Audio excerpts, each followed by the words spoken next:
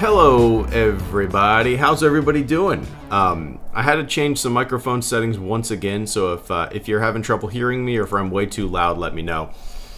So yeah, topic of conversation is kind of obvious tonight. We got a little peek at some. Well, we found out the name of the game yesterday, right? Star Wars Outlaws. Today we saw some gameplay. And I'm pretty excited for this, man. You know, for me, whenever anybody asks me what my dream Star Wars game is, I always tell them a Star Wars game that's similar in play style and scale and scope to Red Dead Redemption 2. Now, are we going to get something like that in scale and scope with Outlaws? I really don't know, but, you know, when our main character... Oh, what's her name? I even looked it up right before this stream. Starts with a K. Is it just K? Is her name just Kay? It might be just Kay. Whenever she's kind of like going between missions, going to Janta's Hope, the little town that she travels to, people are passing by on speeder bikes as if it's a lived-in world. So, it gives me hope that it's going to have that scale and scope that we saw in Red Dead Redemption 2. So yeah, I'm sure there's so many things that was announced and talked about that I haven't heard about. Because you guys know me, I often live under a rock. I watch a trailer and that's about it, and you guys inform me of the rest. So if there's some things that you probably think I don't know, then I probably don't know. But the trailer looked fun. The combat, we'll see, man. It looks pretty middle of the road, kind of. We've seen it before, combat wise, right? Space stuff looked neat. But yeah, we'll get into it all, man. I'm only going to be here for about 30 minutes. It's going to be a short stream. It's kind of late. Me and my wife are planning a big trip next year for our 10-year anniversary, so we got done planning that. Well, not planning it, but we got done looking into it around like 11:30, and I was like, you know what, I'm going to go upstairs and I'm going to stream for 30 minutes because, I want to talk to somebody about this new game that's coming out. But, yeah, welcome, guys. Swishfish, Vince, and Arlen, thank you guys so much for the first super chats of the stream. Swish says, hey, Greedo, game is released. Link in Discord. Hell yeah. So Swish is not talking about Outlaws. Swish is talking about a game, that they made, what is it called? Basically, it was a week they had to make, a bunch of people had to make a video game in a week, and then they uploaded it, and I guess it's a little contest or something like that. Apparently, this contest has been going on for a decade. I've never even heard about it. But Swish made a game about a kid lost in a store, and Swish just posted it in the Discord. I'm going to have to check that out for sure. I'll check that out, if not after the stream, because it is a little late. I'll check it out at some point tomorrow and give it a little download, see what it's all about. But, yeah, I appreciate that, Swish. Hope you're doing well. Hope you had a good weekend. Vince, thank you so much as well. Vince says, yeah, looks fun. Space stuff was real cool. Good night. Good night right back at you, Vince. I agree. The space stuff looked like a lot. It looked super fun. Generally, I'm not a big fan of space combat in video games. I know that sounds super weird, especially as a Star Wars fan who loves X-Wings. But it did, it kind of reminded me of like the simplicity of Shadows of the Empire space combat. I know it's not going to be that simple, and I'm sure you're going to have a lot more control, but it kind of reminded me of that in a way. Which, again, I'm sure it's not going to be like that whatsoever. You know, the free roam aspect of this game seems to be a huge component of this thing. So, yeah, I don't know, man. I don't know what it's going to be all like, but it did look fun as hell, blasting off from the surface, flying through the clouds, going into space, and doing some dogfighting and some fun little space combat moves. Now that I think about it, you have a lot more control of your ship than you did in Shadows of the Empire. Now that I'm thinking about that scene.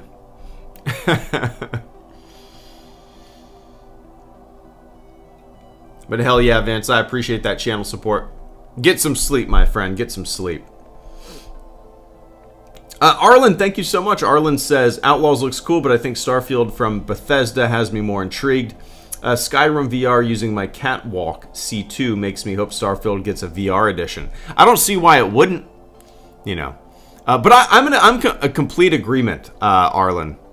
You know, I've been looking forward to Starfield a lot longer than Outlaws, and despite being a much bigger fan of Star Wars than I am with like Bethesda games, I do like them. I've played most of them.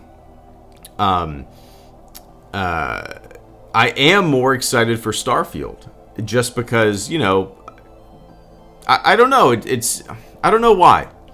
I don't know. Maybe it's just because I've been so excited for it for so long, and to have a Bethesda game in space, you know, with the scale and scope and detail that they put into their games, has me extremely excited. But yeah, Arlen, I'd be very surprised if Starfield didn't get some type of VR edition. I mean, we are kind of in the beginning stages of, I don't know, VR compatibility and VR video games, and you know, to have a studio like Bethesda kind of sleep on the opportunity to kind of incorporate virtual reality into their brand new game, it seemed like it would be a miss. So I would be surprised if there was not a VR element, you know. But yeah, man, I'd be very surprised. But yeah, Starfield looks fantastic. I can't wait to fly around the Milky Way galaxy. I hope it's populated. I hope it's dense, and I hope it's not as, you know, I don't mind sparse space games, because let's face it, space is sparse. There's there's points that you go to, but for the most part, the in-between is desolate. Most planets are desolate. Most star systems are desolate. So I don't know what they're going to do. I don't know how populated a lot of planets and stuff are. I don't know. You know, you guys probably know a lot more about what's been announced with Starfield than I am. Just because I don't really pay attention to much, and again, I live under a rock most of the time. But yeah. Anyway, I appreciate that, Arlen. Cheers, man.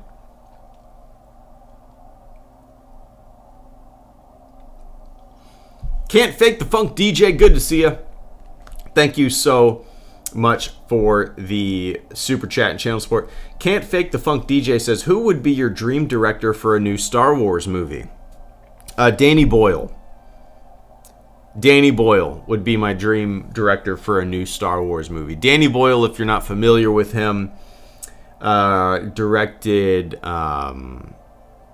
like Train Spotting and Slumdog Millionaire and Sunshine.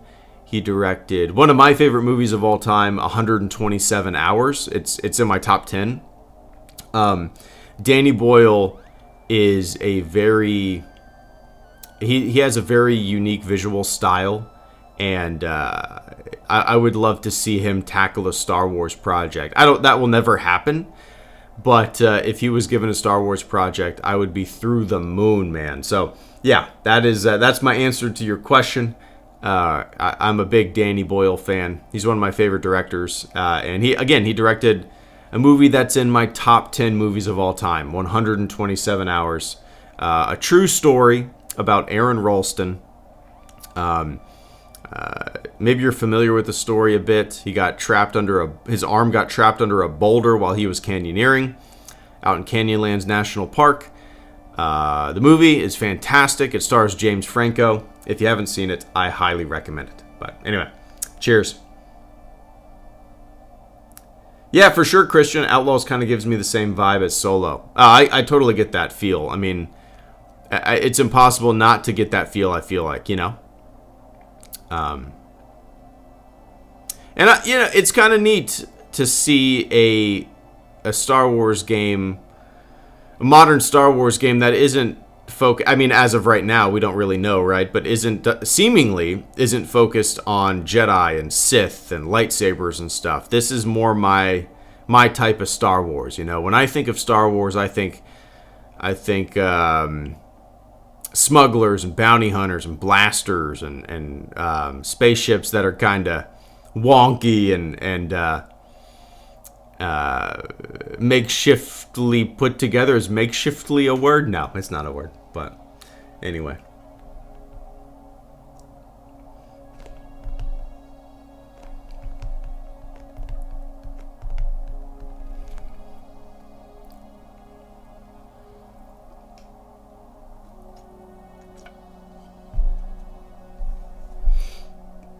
Major Tom. Is Major Tom the guy who does the Xbox presentations? Is that who I'm thinking of? I haven't thought about him in a long time.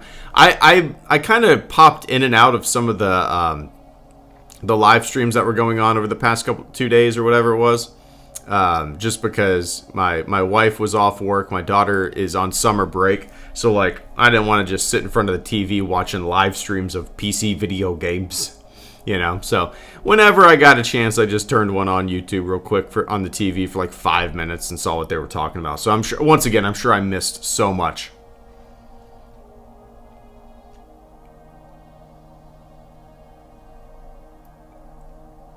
Major Nelson. Who's Major Tom then? Yeah, Caretaker. I will be seeing the new Indiana Jones movie. I don't know when. I got to discuss it with my buddy. I got a buddy who I go see movies with. He's been my movie guy since we were kids, man. I think I first met him when I was like 14 years old, and we're still like best buds these days. He's a part of the crew that goes up to a cabin every year. Bunch of me and my high school buddies. There's 7 of us who we're still like best buds. We've been, you know, the groomsmen in all of our weddings, and we get together every year in a cabin, and I got to discuss Indiana Jones with him and see when he wants to see it, but I will be seeing it. Oh, Major Tom. Yeah, David Bowie, Major Tom to Ground Control. Yeah, of course. I know you were talking about traveling in space, so I made a David Bowie reference with Major Tom. There you go. Went right over my head for a second. I was thinking of the Xbox guy, but apparently his name is Major Nelson. I still had like the video game showcase on my brain.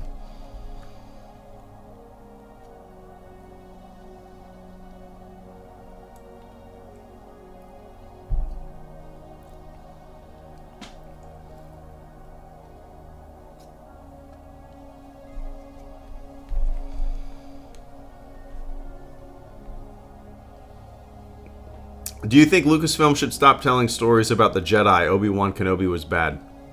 80s kid from the 90s. What's up, man? No, I won't flat out say that, but you know, the way I look at Star Wars is there are so many interesting and intriguing and out there stories to tell, and not every story needs to revolve around Jedi, Sith, lightsabers, the Force. So no, I'm not going to say that they shouldn't. They should stop. I won't say that, because a story is a story. If a story is fantastic and really good and intriguing and has a lot of depth to it, then, you know, the skin of that story doesn't really matter all that much, as long as the bones of the story, the structure of the story is interesting and engaging. But no, I feel like we've gotten, despite, you know, not really caring for the Kenobi show, Andor is a great example of a show that doesn't revolve around Jedi and the Force and all that stuff. Andor, and to me, in my opinion, it's my favorite Star Wars show, but it's one of my favorite modern Star Wars things. It might be my favorite modern Star Wars thing. Since Disney acquired the franchise. I love that show.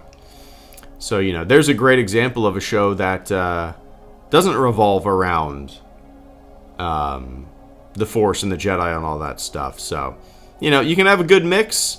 Yeah, you can tell a bunch of stories about the Jedi, but at the same time, like I said, the opportunity, the potential to tell stories that are unique and out there and different about a wide variety of people in the Star Wars galaxy is there, and it should not be a missed opportunity, you know.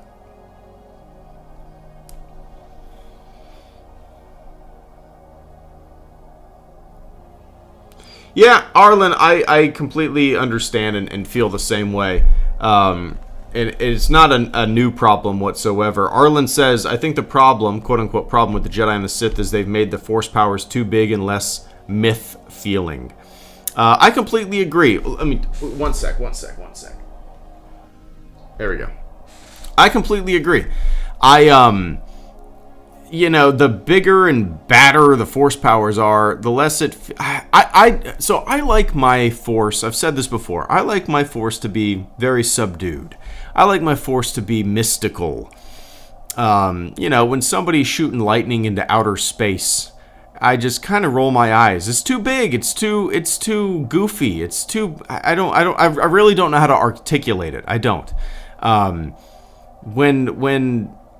It's weird. I feel like I'm in the outskirts. I'm in the minority opinion when it comes to this. But when you get such crazy Force powers, a lot of people are like, "That's fucking badass." For me, I'm like, cool, man. I kind of like my Force to just be Yoda on Dagobah with a little hash head mysticism sprinkled in there, right?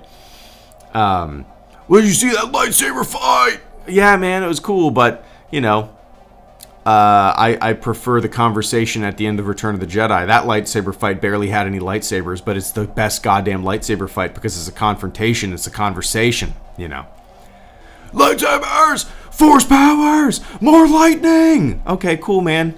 You like what you like, but, I don't know. I want a little more depth.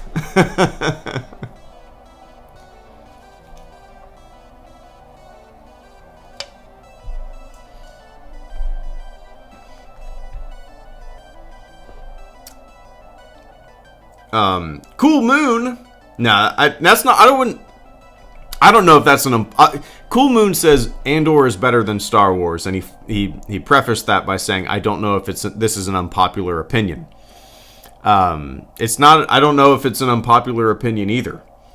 But it's a true opinion in my brain. I liked Andor better than The Mandalorian. But yeah, I like Andor better than a lot of things. Yeah.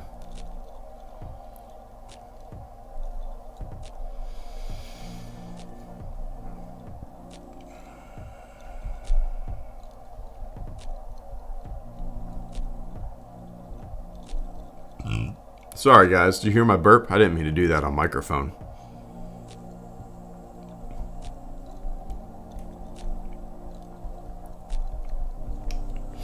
You know what I think I'm going to do after this stream? It is 12:05 a.m. But I'm off for 5 days. I don't have to go to work tomorrow. I took the day off. I'm going to take advantage of that. So I think I'm going to go downstairs, and I've been playing Diablo 3 lately. I'm waiting to get the new Diablo until I get a new PC. But the past couple days I've been playing Diablo 3 a little bit. And I think I'm going to go downstairs and play like 30 minutes of that before I crash. I'm itching to play the new one, man, but again, I'm waiting for a new PC because I don't know. Why not? All my buddies are already like level 80 something. And I'm like, hey, pump the brakes, man.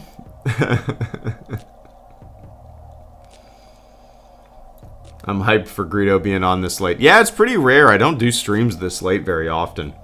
Usually I'm in bed or at work. In bed. Or on a call.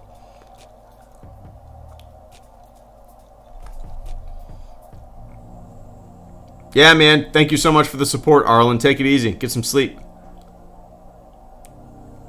If you can run D3, you can run D4. Yeah, I have no doubt that I could. For whatever reason, though, man, I'm kind of holding back from playing any games until I build a new PC. My goal is to build a new PC in the next 2 or 3 months. My wife is actually starting a new job this week. So, you know, it's things will be a little less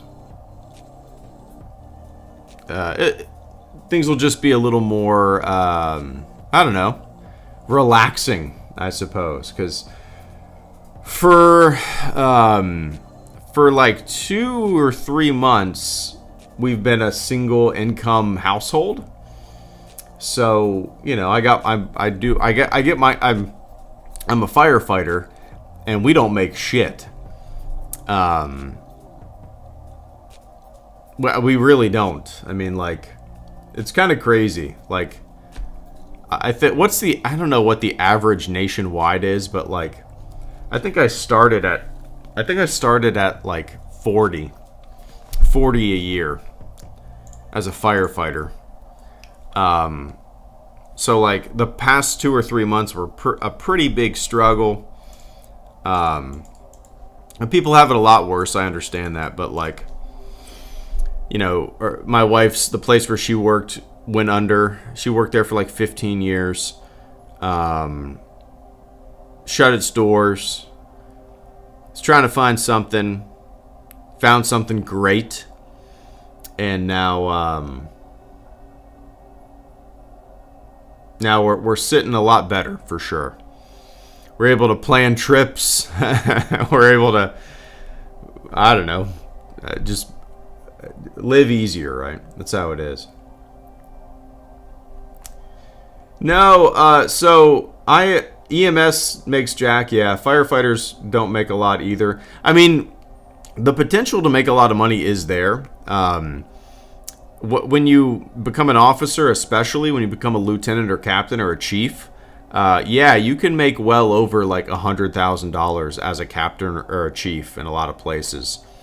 But if you're a firefighter or if you're an engineer, I think my hourly rate, I mean, like I make this is all like public knowledge nationwide, what firefighters, what first responders make, but like my hourly rate, when you break it down hourly, is like $15.50 an hour. Yeah, so no, every firefighter in the state of Florida also has to be an NREMT certified EMT. So, you know, you go to school to become an EMT, and then you go to school to become a firefighter. And then you get out and you make that. But again, if you stick with it, if you make rank, you can make really good money. You can make really good money in this profession. I'm not an overtime guy. I like my family. I like to be home. You know, I'm gone every third day for 24 hours. I don't want to work any more than that. So I'm not the type of guy to pick up a lot of overtime, ever. But I do know guys, low guys on the totem pole, firefighters, who work so much overtime, they make really good money. But again, they're young. They're like 20, 21, 22. You know what I mean? I got a kid. I got a wife. I got a family. I can't do that. I don't want to do that. Again, I like being home, you know. But anyway, you could definitely fall back on YouTube. Definitely an underrated channel. I appreciate you saying that, Dan. But, you know, for me, yeah, so, I don't know, maybe like 6-7 years ago, the channel, I probably could have done this full time if I really wanted to. But and I was making really great money doing this back then because I was way more prevalent with it. But my thing with YouTube has always been, you know, I want it to be fun first and foremost, and I've never wanted it to feel like a job, and I've never wanted to just pump out content for the sake of pumping out content. You know, I've never wanted to feel pressure on myself to make stuff. So I've always, by design, kind of not sought out the opportunity to make this a full-time primary gig, you know? Because I think if I did that, it would lose it. I would lose kind of the love of it. It would lose its luster. It would become more of a job than something fun that I do, you know?